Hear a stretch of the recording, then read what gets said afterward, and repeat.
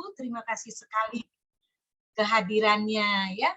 Mari kita sama-sama belajar. Saya mau menyapa Ibu Kristina. Halo, kita ketemu di ruang ini, Bu Kristina. Halo juga. Biasanya kita ketemu di ruang Kor Jesu ya. Ya. Oke. Pada malam hari ini kita melanjutkan tema 3M kita, yaitu 154 dan 52.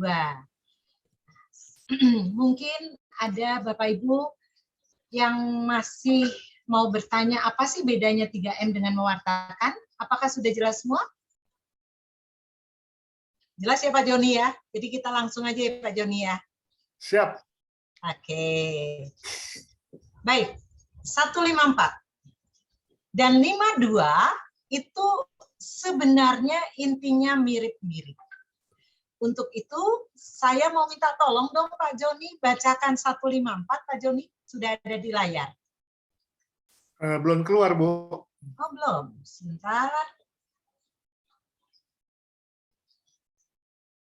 Ya, sudah? Belum, udah. Oke. Baik, Silakan, Pak.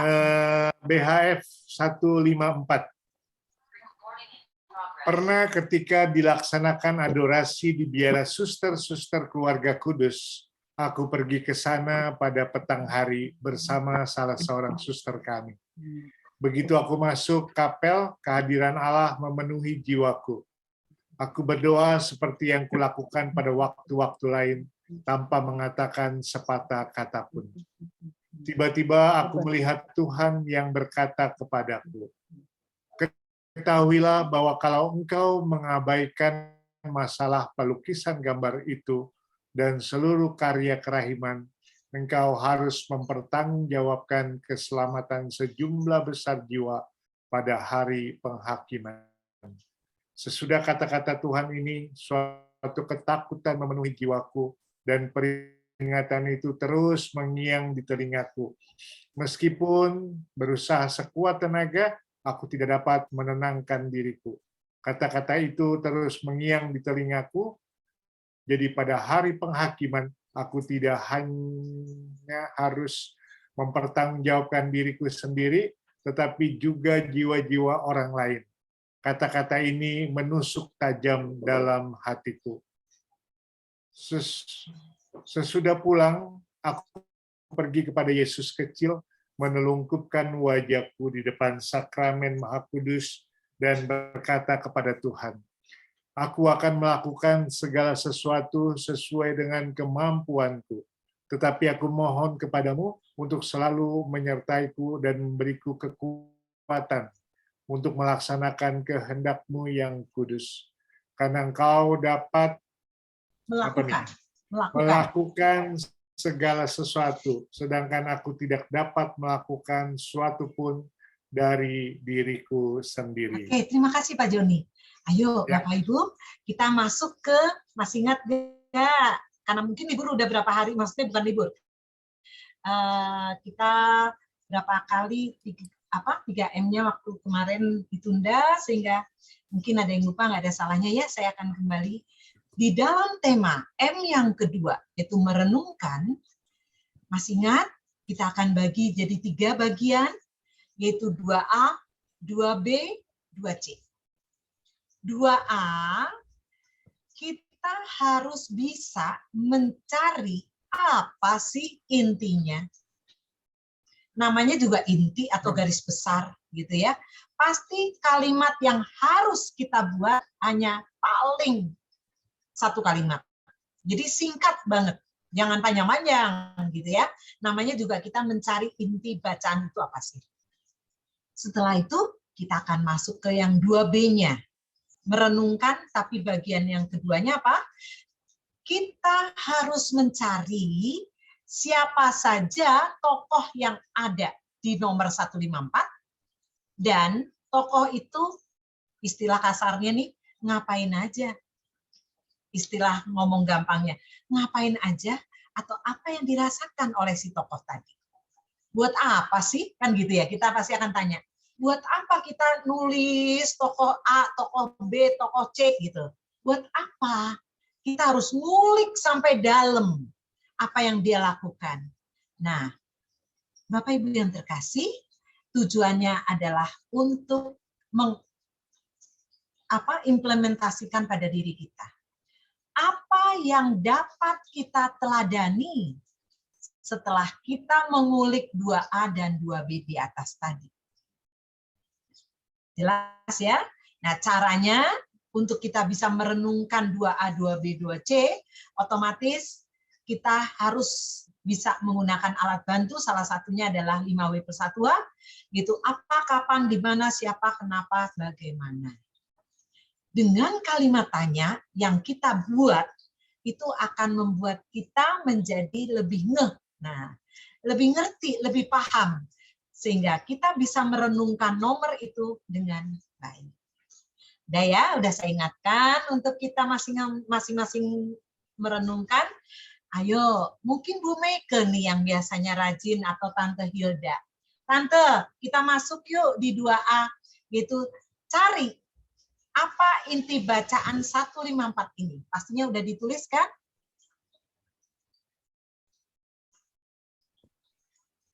Sudah ada? Atau Pak Joni boleh membantu? Apa Pak setelah tadi Bapak baca, kira-kira yang bisa kita renungkan dengan mencari apa inti kalimat dari isi 154? Atau Ibu Kristina? Silakan Bu. Atau Pak Johan? Ayo Pak Johan. Belum Tante Eti. Oh, Baru join. boleh saya jawab tentang masalah itu, karya kerahiman yang harus kita wartakan. Oke, bagus. Apalagi masing-masing orang mungkin bisa berbeda, tetapi kita nanti harus bisa mencari apa sebenarnya. Bacaan segitu panjang, ada prolognya, ya enggak?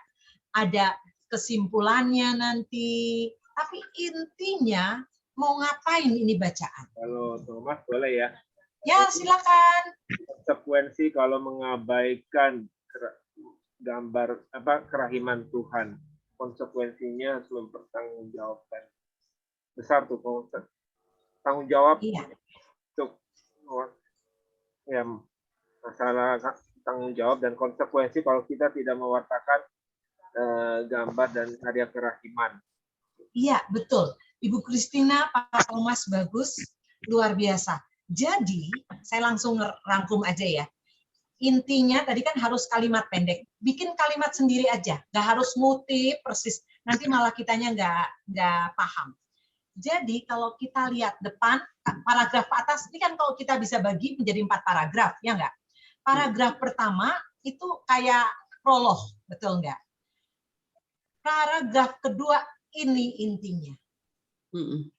Paragraf ketiga, akibat yang ada dari paragraf kedua, betul nggak? Sedangkan keempat itu adalah tindak lanjut dari Faustina. Oke? Jadi setelah baca, saya ulang sedikit, kita harus menentukan mana poinnya, mana garis besarnya.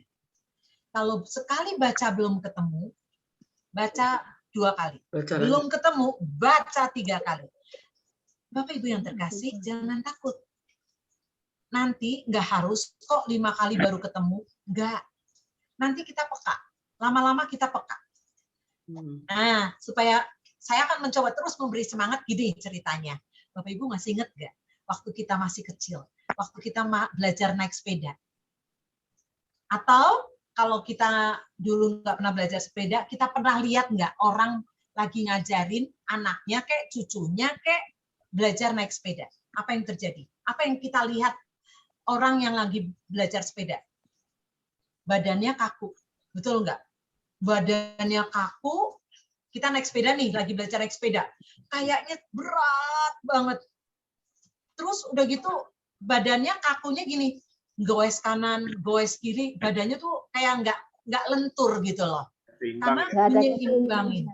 Ya, kenapa Tante Meike, Ibu Meike? nggak ada keseimbangan. Ya, betul nggak? Lihat badannya. Tahu-tahu nanti dia ngebut, tahu-tahu jubrak. Betul nggak? Jatuh. Iya, tapi sekarang bayangkan waktu kita udah bisa naik sepeda. Apakah kita mikir lagi bahwa oh pedalnya ada di depan ya, kaki kanan ya udah goes aja ke bawah. Kaki kirinya ke atas, goes lagi ke bawah, ke depan. Nggak pernah akan mikir kan? Betul?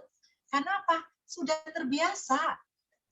Nah, sama Bapak Ibu, kan kita baru latihan berapa kali nih. Jadi seandainya masih ada yang merasakan, aduh pusing lah gimana sih caranya? Nggak apa-apa. Saya akan mencoba terus menyemangati Bapak Ibu bahwa segala sesuatunya perlu latihan. Ya, saya mencoba dengan pelan-pelan ngebimbingnya. Ya, oke. Jadi baca lagi, baca lagi, baca lagi. Nanti akhirnya kita menemukan. Oh, ternyata paragraf kedua inilah poinnya. Kenapa? Nah, kalimatnya boleh dibikin sendiri. Artinya, Tuhan menegaskan. Betul nggak? Ini ada Tuhan tuh benar-benar memperingati dengan cukup keras, cukup tegas. Suruh ngapain? Faustina, kamu jangan mengabaikan masalah pelukisan gambar ya. Dan seluruh karya kerahiman. Apa yang dikatakan tadi Bu Kristina benar juga, gitu kan? Engkau harus mempertanggungjawabkan keselamatan seluruh besar jiwa pada hari penghakiman. Ini poinnya. Nah, jadi poinnya adalah Faustina mendapat tugas dan atau enggak gini, Tuhan menegaskan bahwa jangan mengabaikan masalah pelukisan gambar dan seluruh karya kerahiman. Titik. Dah, intinya itu aja. Jadi kita lebih nancep, tapi kalau kalimatnya panjang, kita malah nggak nangkep nanti. Bias. Sampai di sini 2A. Apakah sudah dapat? Apakah ada pertanyaan? Boleh nggak kalimat yang di bawahnya? Yesus engkau andalanku. Ya boleh, tapi poinnya sebenarnya kalau ada penekanan, ini yang di paragraf kedua. Lanjut, kalau udah nggak ada pertanyaan, kalau ada pertanyaan langsung unmute aja. Kedua, 2B. 2B adalah kita mencari tokoh, diurut ya dari atas, jangan lompat-lompat supaya kita tahu, dan kulik satu persatu, jangan sampai kelewat. Oke, sekarang kita lihat ya dari atas. Siapa tokohnya? Ayo dari atas.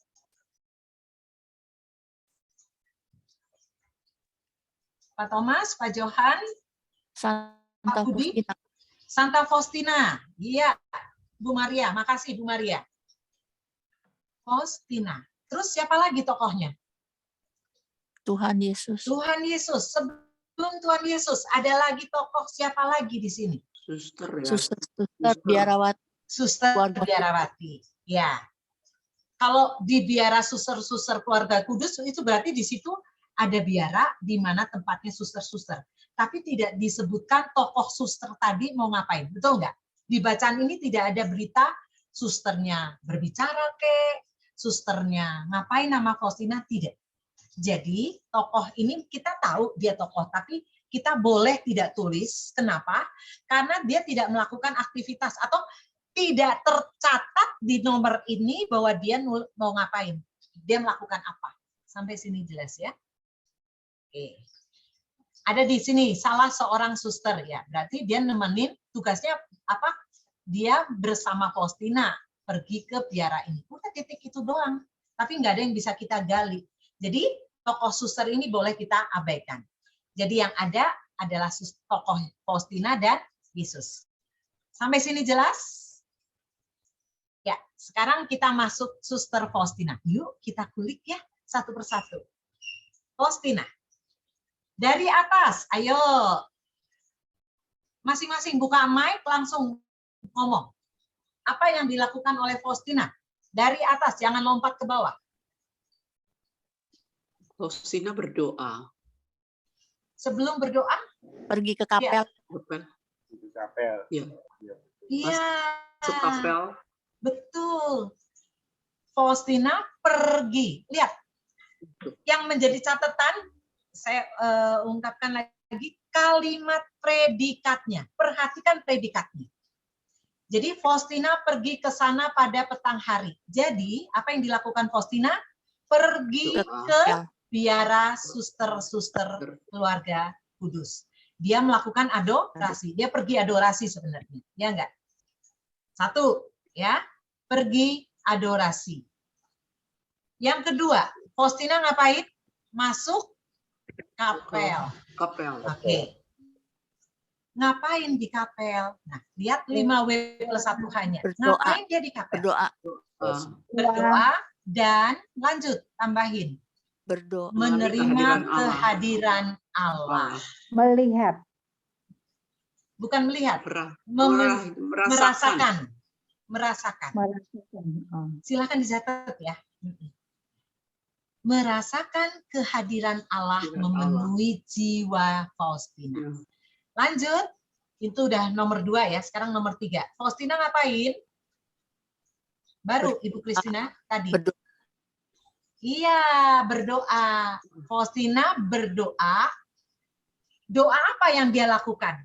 Ayo. Doa hening. Iya, betul. Terima kasih Pak Johan. Ya, doa hening. Kenapa? Kenapa Pak Johan tahu bahwa dia doa hening? Tanpa mengatakan Nggak sesuatu. ngomong. Betul. Tanpa mengatakan. Dan ini sering nggak dilakukan? Sering. Sering. Oke. Satu paragraf ya, biar kita nggak bingung ya, nggak pusing nanti. Oke, satu paragraf kita bahas. Karena di sini nggak ada faktor Yesus, ya udah cuma Faustina doang tokohnya, betul? Nah, sekarang aplikasikan di 2C-nya. Paragraf ini dulu, supaya jelas. Apa yang dapat kita teladani dari bacaan sub yang pertama? Di dalam 2C, berarti apa, tanya dalam diri, implementasikan dalam diri kita. Apa yang dapat kita teladani dari tokoh Faustina bacaan tersebut? Terus coba renungkan, apakah aku sudah seperti itu atau belum? Kalau belum, ayo kita belajar bersama-sama berubah untuk bisa seperti Faustina yang sudah dilakukannya. Mengerti ya? Paham ya? Ayo Bapak Ibu, silakan 2C. Apa? Kita harus memahami kehadiran Allah Ya, bagaimana caranya? dengan hening. Doa hening. Iya. Iya enggak? Kita bisa merasakan. Jadi pertama kali gini, sudahkah aku beradorasi? Sesimpel itu. Apakah aku sering ya adorasi ya? Oke, sekarang masa pandemi. Ya nggak apa-apa. Tapi adorasi nanti kalau pas udah nggak pandemi, yuk kita perkuat untuk beradorasi. Menyembah sakramen Maha Kudus. Itu satu poin. Lanjut. Apalagi? Sudahkah? Tadi benar ya. Apakah aku sudah peka mendengar, mengalami kehadiran Allah? Coba renungkan. Karena ini masing-masing pribadi. 3M belajar untuk merefleksikan diri sendiri dengan bacaan BAF tadi. Terus Faustina berdoa loh, doa hening loh.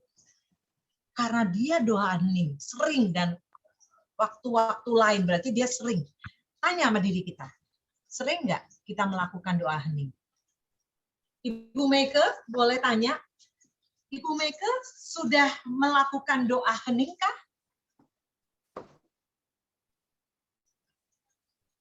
Ibu Meike? Jarang. Jarang. Oke, nggak apa-apa. Jarang. Ya. Dari pertemuan malam hari ini, dengan kita mencoba meneladani Faustina, berarti apa? Sebenarnya yang harus kita rubah, kita juga mau mengikuti Faustina, doa hening. Nah, karena apa? Kita akan menjadi peka akan kehadiran Allah. Boleh, siapa yang sering melakukan doa hening? Pak Yopi, bagaimana Pak?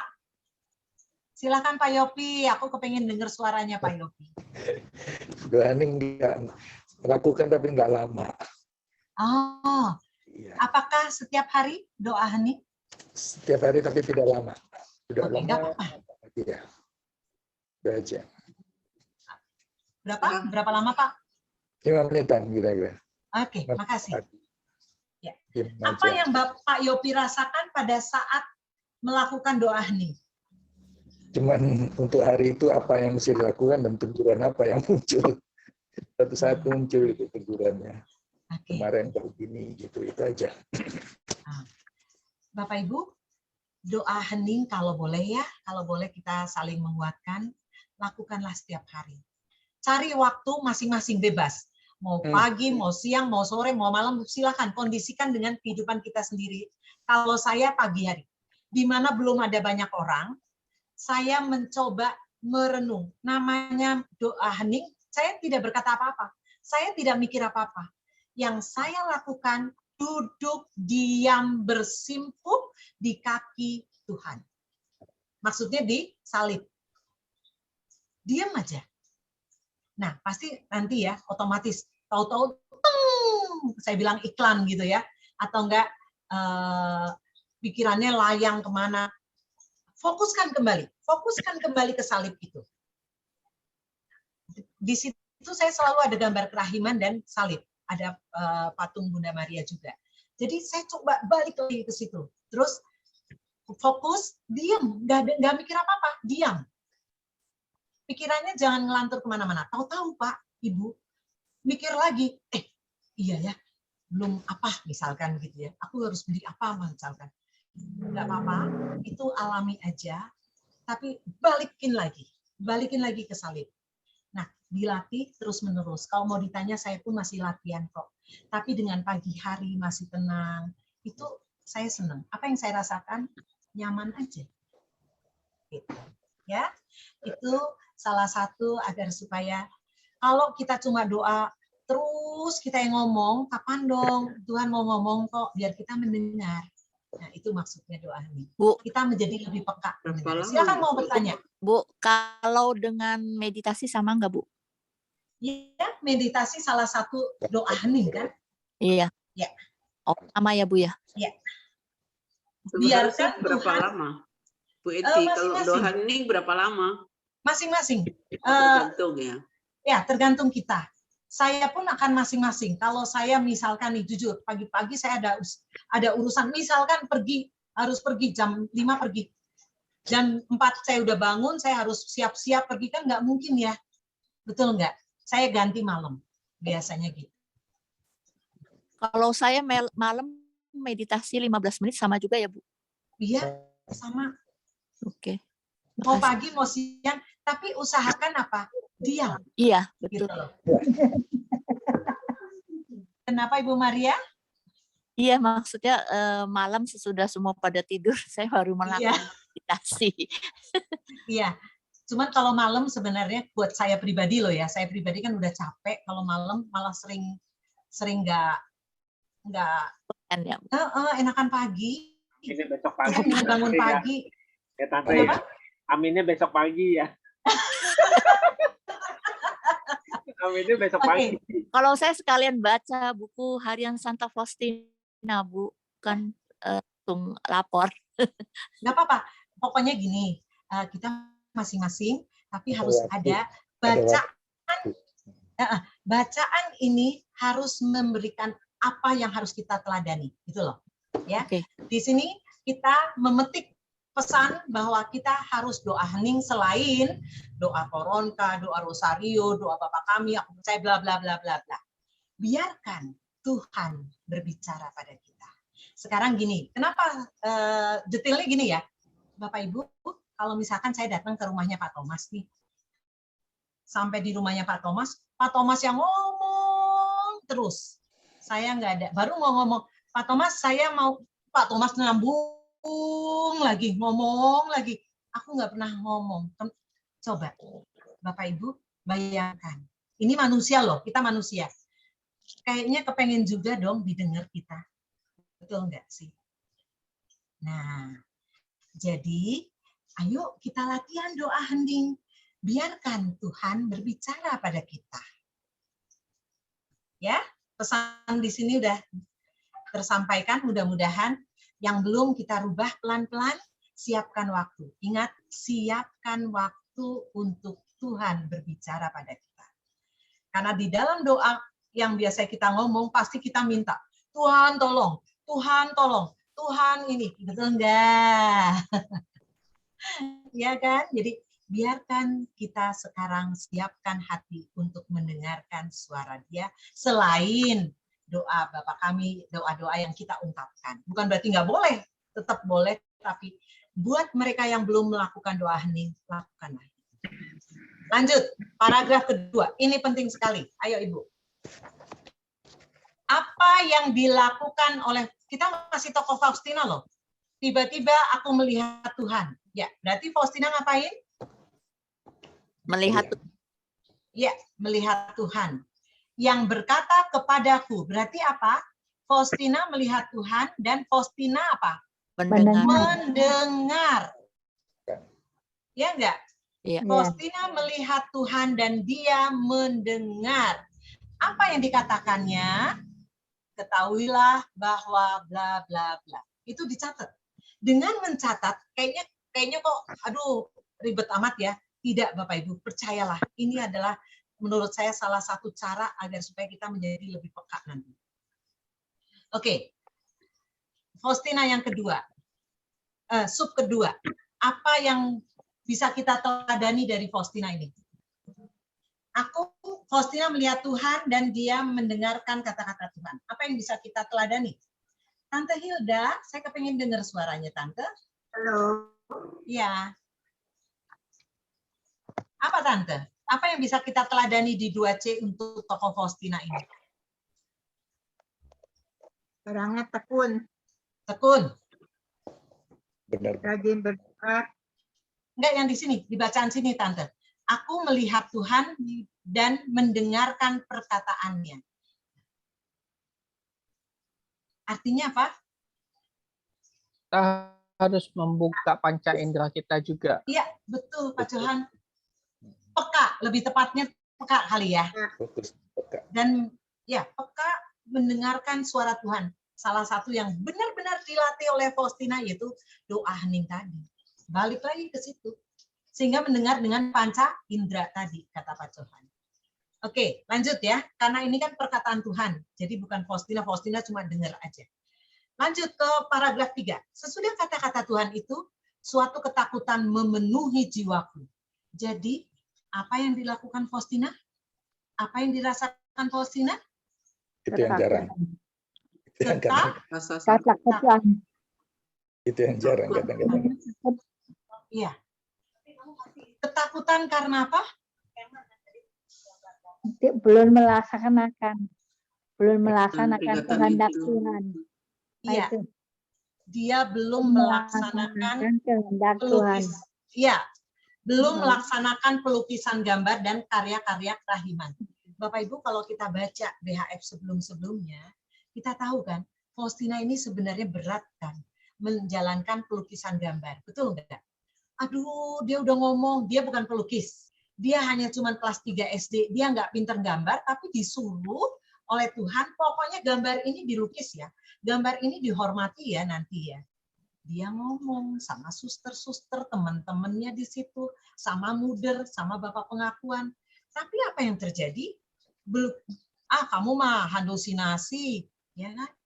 Diejek malah, dicerca. Masa sih kamu ketemu sama Tuhan? Mungkin ya, kata-katanya seperti itu. Intinya bukan dibantu untuk bagaimana mencari jalan keluar, untuk menggambar. Ingat, zaman dulu nggak seperti sekarang. Dengan gampang kita tulis di WA, tolong dong siapa yang ngerti ada tukang gambar yang pinter, pelukis yang pinter, minta dong alamat WA-nya. Bapak Ibu yang terkasih, kita bisa menyadari pada hari ini betapa Faustina sudah berusaha menjalankan perintah Tuhan, yaitu gambar. Tapi apa yang terjadi? Kesulitan. Dan bukannya dibantu, tapi malah dicerca tadi. Ya enggak? Halusinasi kamu. siapa kamu kan cuma penjaga kebun, kok Tuhan sih muncul, mana mungkin, misalkan gitu ya. Jadi itulah yang berat. Sehingga Tuhan pada nomor 154 mengatakan, awas, ketahuilah lo ya, kalau engkau mengabaikan masalah pelukisan gambar ini dan seluruh karya kerahiman, engkau harus bertanggung jawab. Nah, kalimat inilah yang terngiang-ngiang, sehingga takut. Bapak Ibu, kita renungkan untuk diri kita. Bahwa Tuhan menyuruh kita, misalkan menyuruh kita apa? Pak Yopi sebagai seorang suami menjaga istri dan anak-anak. Misalkan Tante Hilda sebagai seorang istri kepada suami dan kepada anak-anak, cucu dan sebagainya lah semuanya. Tugas kita adalah itu. Pertanyaan untuk diri kita. Sudah belum? Apakah aku juga sudah melakukan tugasku yang sederhana, yaitu sebagai kewajiban sebagai seorang suami, seorang istri, seorang anak, seorang orang tua. Renungkan itu.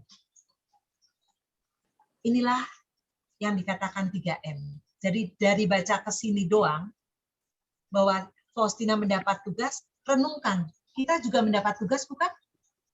Tugas yang sederhana. Tugas kehidupan kita sehari-hari.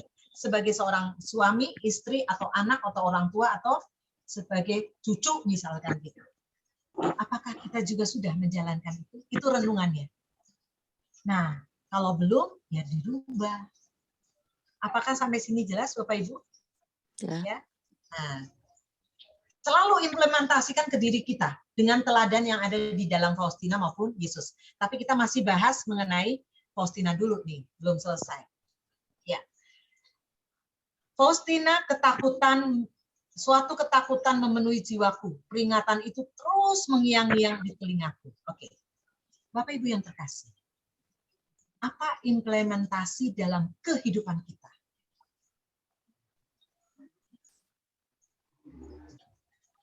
Ayo, Ibu Kristina. Apakah Ibu pernah merasakan ketakutan dan bagaimana jalan keluarnya?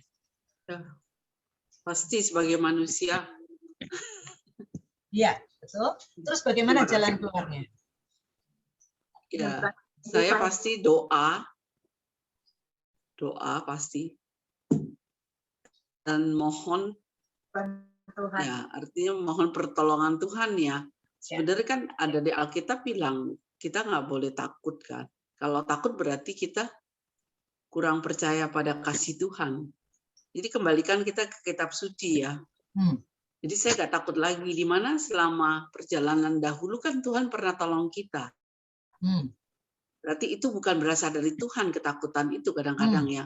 Pasti ada godaan yang lain yang membuat kita takut ya, atau bimbang pada kuasa dan kasih Tuhan. Jadi kita cepat-cepat, bukan cepat ya, kita mohon ampun, berdoa pada Tuhan, Tuhan Engkau selalu menyertai saya. Jadi hilang. Sebentar aja ya, nggak boleh lama, terus hilang pasti ketakutan itu. Itu aja yang kalau saya merasakan kalau takut. Ya, terima kasih. Ada yang mau sharing? Tante Hilda? Apa yang dilakukan? Pasti kita semua pasti mengalami ketakutan yang benar-benar ketakutan sampai terngiang-ngiang, ya nggak? Nah, coba kita selami perasaan Faustina ketakutan yang terngiang-ngiang. Memang bukan tugas ini, pasti kita dalam hidup ceritanya yang lain. Apa, pertanyaan saya, apa yang dilakukan oleh Tante Hilda? Kalau saya kembali lagi, saya berdoa seperti Kristina, yaitu mohon bantuan Tuhan dan mohon rahmat-Nya, memberi saya petunjuk apa yang saya harus lakukan. Ya, oke. Bapak Ibu, padahal jawaban yang diteladankan oleh Faustina ada di paragraf keempat. Keempat. Ya, ya. Jadi lihat di sini jawabannya. Kita pasti mengalami ketakutan yang luar biasa terngiang-ngiang. Kasusnya berbeda, jelas, ya kan? Tapi pernah nggak? Pernah. apa yang dilakukan? Yuk kita teladani Faustina kecil, Faustina ya. Jadi pada saat dia terngiang-ngiang, apa yang dilakukan Faustina? Pergi. Faustina pergi kemana? Ke Yesus kecil. Ini dia. Berarti tadi benar apa yang dikatakan Ibu Christina, Ibu Tante Hilda. Dia berdoa. Berdoa itu kan berarti datang kepada Yesus. Benar, ini jawabannya. Pertama-tama Faustina pergi ke Yesus. Jadi jangan lagi kalau kita takut atau menghadapi masalah berat, jangan tanya ke orang. Tapi pertama-tama datang kepada Yesus. Itu satu. Terus menelungkupkan wajahku di depan sakramen Maha Kudus dan berkata kepada Tuhan. Oke. Kalau kita memang, suster kan di kapel, pasti ada sakramen Maha Kudus. Ya enggak? Di kapelnya, dia biara pasti ada kapel.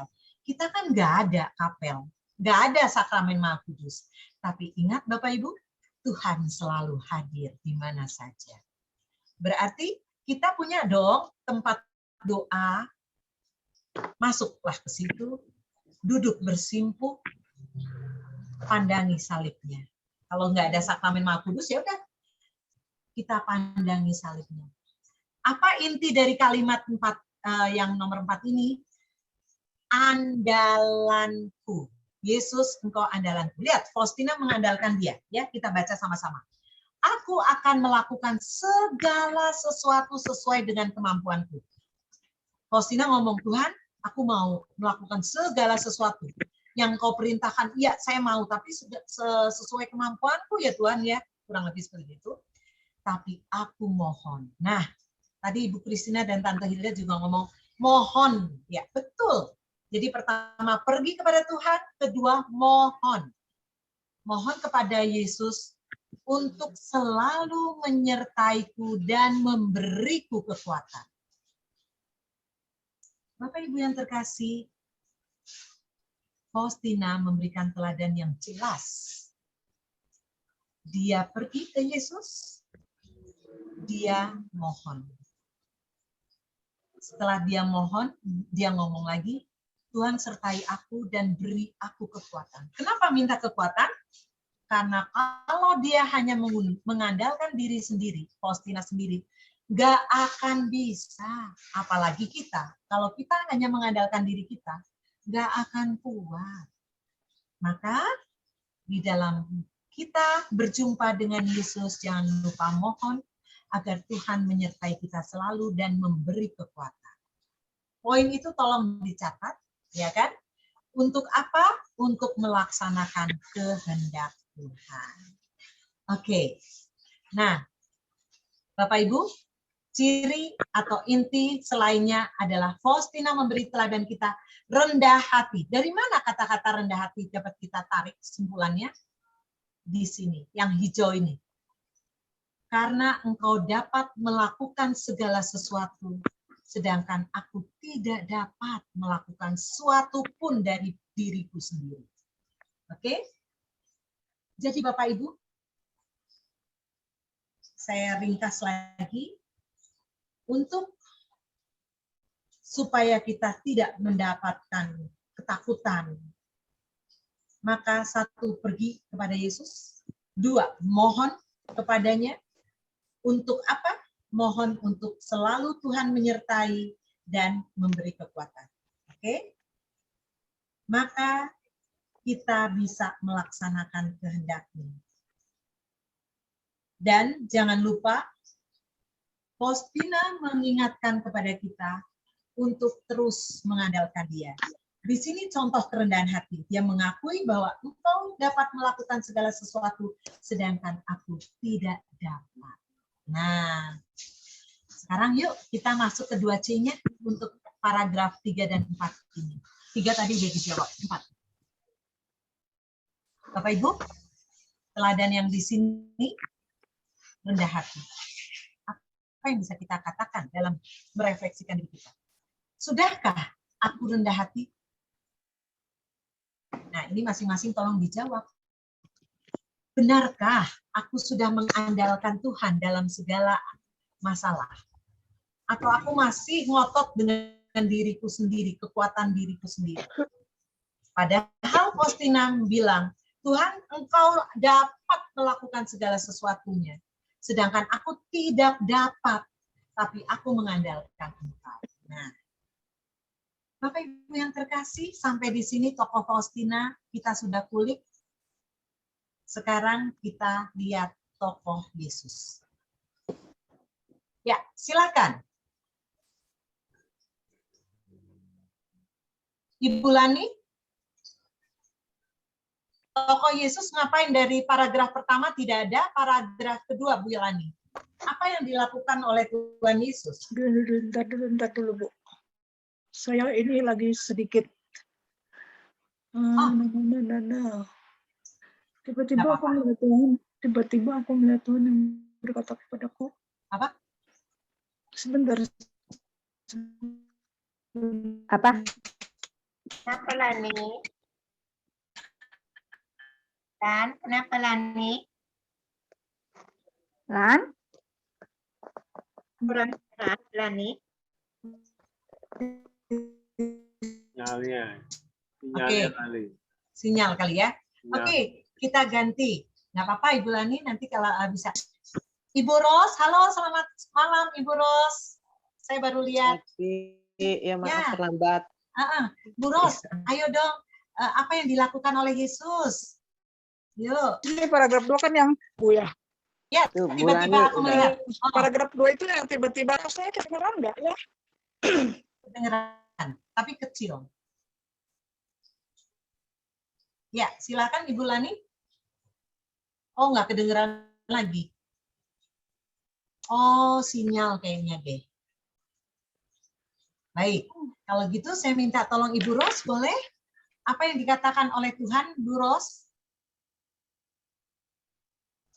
Sorry Bu Eti, aku juga karena baru pulang belum gitu Oh. siap.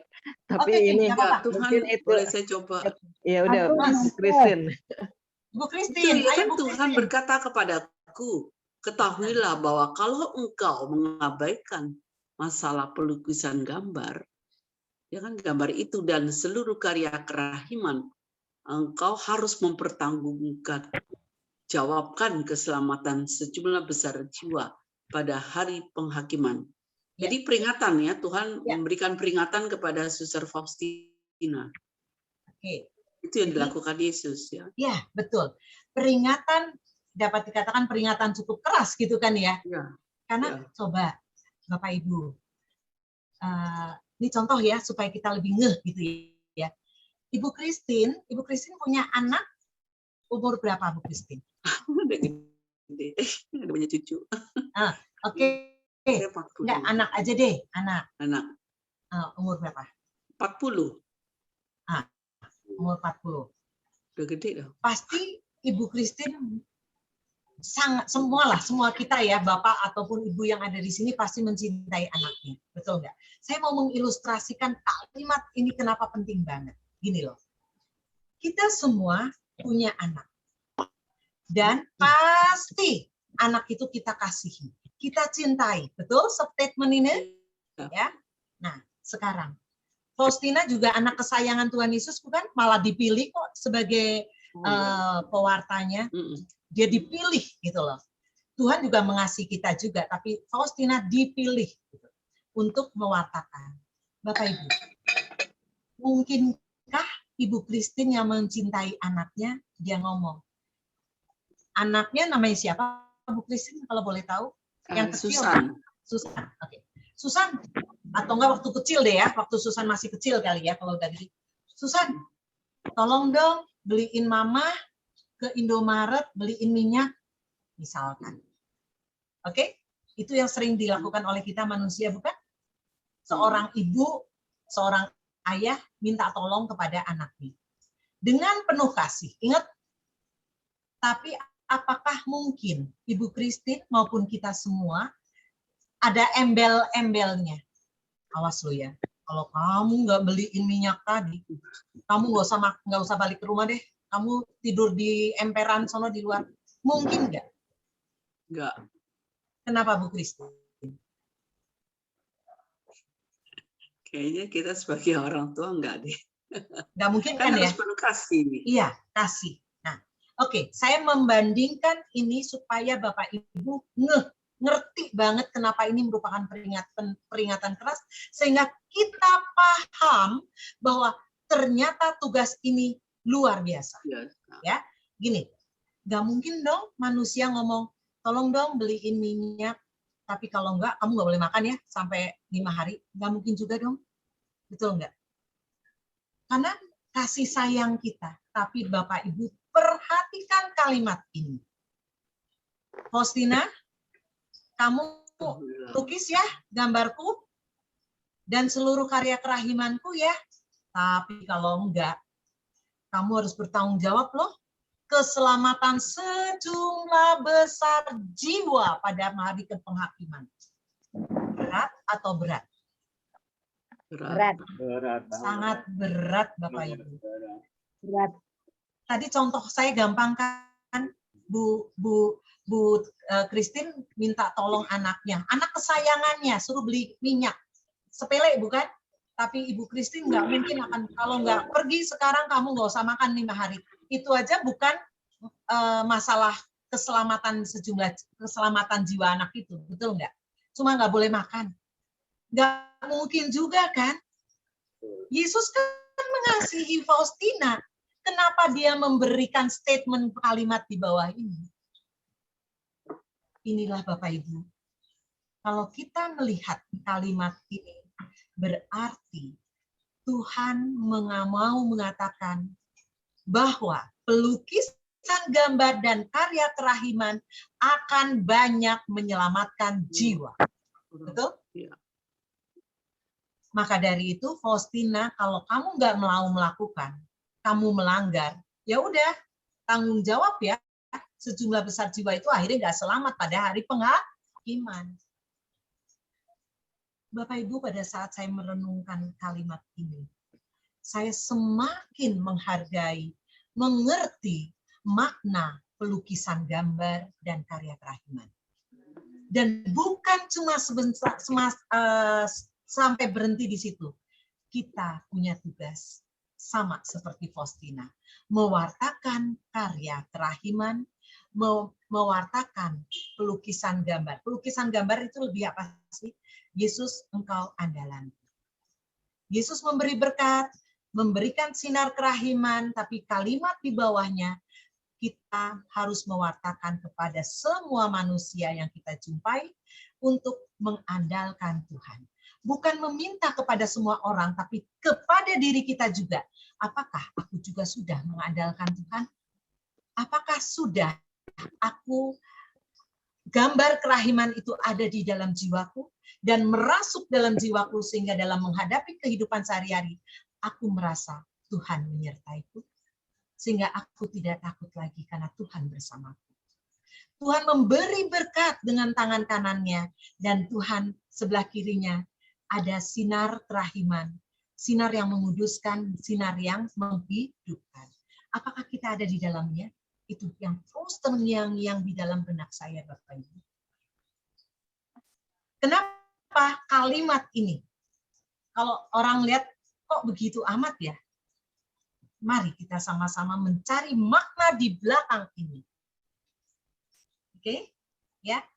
Jadi betapa pentingnya pelukisan gambar dan karya kerahiman yang harus kita wartakan.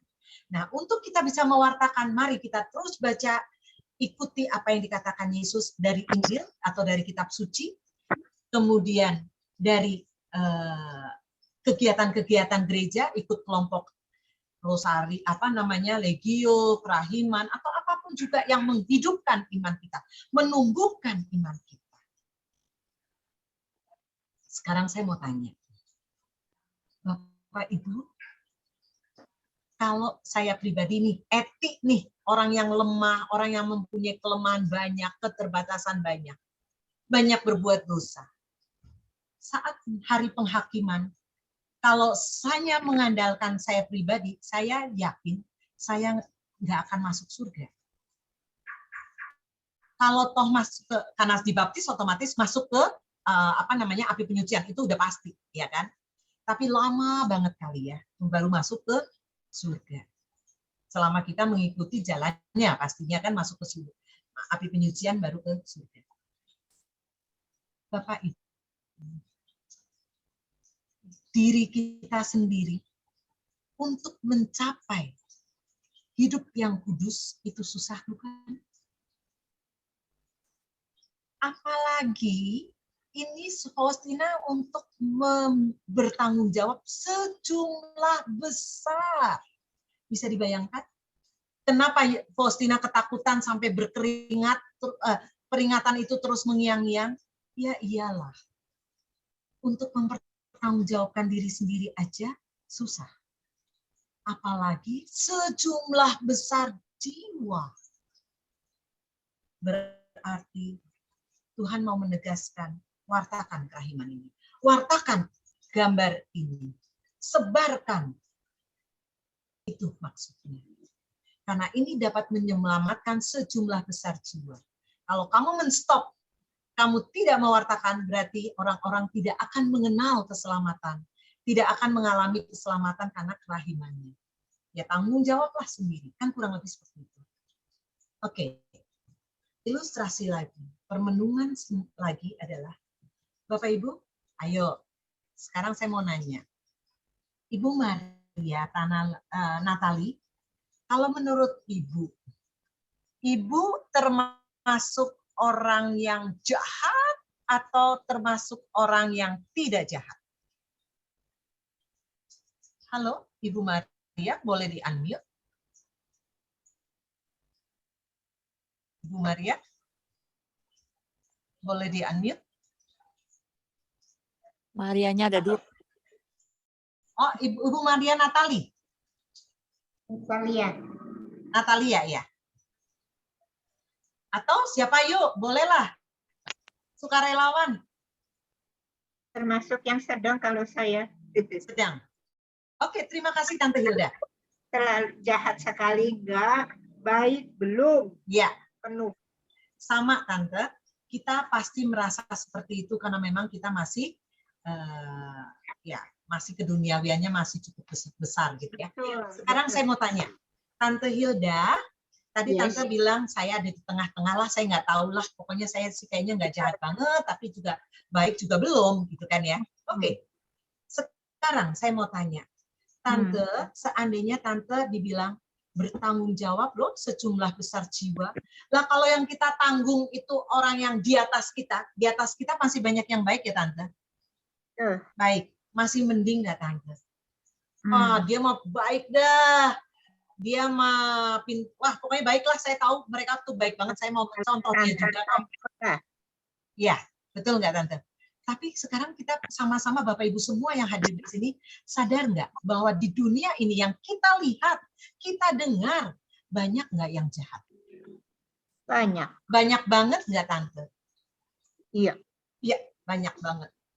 Perampok, pencopet, penodong, narkoba, Pembunuhan. menjerumus, pembunuhan, itu tuh apa namanya? Aborsi. Ya, aborsi. Banyak banget. Banyak banget. Bapak Ibu yang terkasih, nggak cuma 1 dong, nggak cuma 10 dong, nggak cuma 100 dong, betul nggak? 1000 lebih kali. Yang kita kenal deh, gitu loh.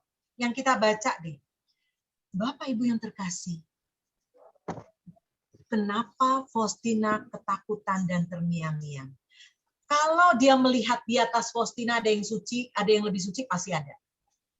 Mungkin gampang.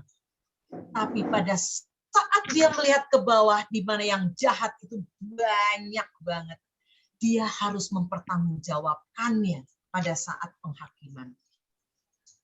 Pantaskah Bapak Ibu ketakutan kita nggak titik hitamnya kali, betul nggak? Dibandingkan ketakutan si Faustina. Betul nggak? Betul. Karena dia harus menanggung sejumlah besar. Kenapa? Kita sendiri sekarang sadar bahwa di dunia ini yang ngerampok aja berapa? Satu hari coba kita dengerin berita di TV. Pembunuhan lah, inilah, itulah. Berapa banyak? Dan itu kita yang nanggung lagi. Coba kita nggak merasakan hasil rampokannya.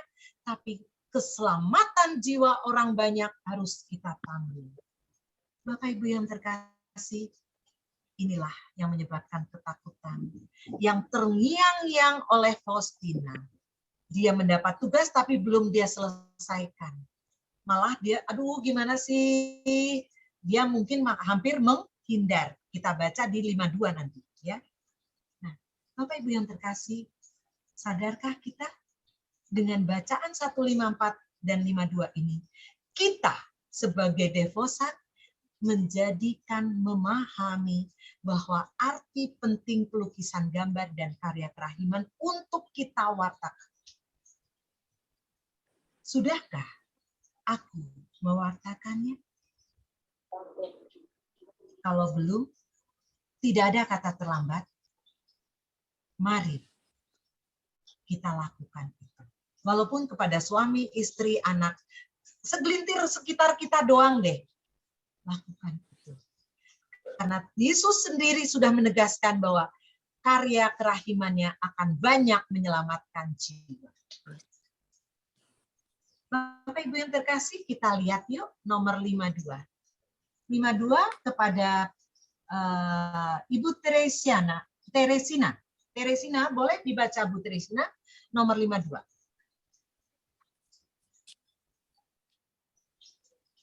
Ya, silakan Bu Teresina. Boleh di-unmute? Halo? Oke. Pak Helmi, Pak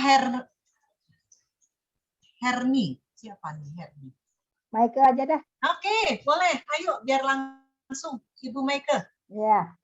Ketika aku berusaha menghindar dari ilham-ilham batin ini, Allah berkata kepadaku, bahwa pada hari penghakiman, ia akan menuntut dariku tanggung jawab atas sejumlah besar jiwa. Oke, terima kasih Tante. Bapak Ibu yang terkasih, nomor 52, poinnya sama dengan 154, betul? Ketika aku berusaha menghindar dari ilham-ilham batin ini. Kenapa dia menghindar? Ya, Pak Thomas? Ya. Kenapa dia menghindar dari ilham-ilham batin? Karena dia nggak tahu, mungkin mengalami kesulitan mencari siapa pelukisnya, mencari bagaimana, di mana. Pokoknya dia buntu. Makanya dia bilang merenungkan, ini baru merenungkan untuk 154 dan 52. Di mana kita menjadi sadar dan yakin bahwa pelukisan gambar jangan diabaikan, karya-karya kerahiman jangan diabaikan, karena itu menunjukkan keselamatan buat sejumlah besar jiwa. Maka kita wajib harus mewartakan kerahimannya juga. Sampai di sini ada pertanyaan? Semoga Tuhan memberkati kita semua. Amin. Oke, Pak Johan silahkan dilanjut.